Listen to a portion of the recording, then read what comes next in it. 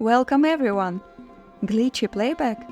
An update might just smooth things out. Let's update your JBL Flip 6 firmware today. Let's start! Step 1. Install the app. If it's not already on your phone, download the JBL Portable app from either the Apple App Store or Google Play Store. Step 2. Connect your speaker. Open the app and activate Bluetooth on your phone to pair with your JBL Flip 6. Step 3. Find the update. Once connected, the app will automatically check for updates. If there is an update available, you'll see an Update button. Step 4. Update the firmware. Tap the Update button. The app will start updating the speaker's firmware.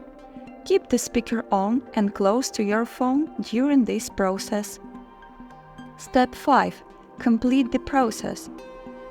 When the update is complete, the speaker might restart. If not, manually restart it to ensure the new firmware is fully implemented. Thanks so much for watching. If you found this tutorial helpful, please remember to like and subscribe.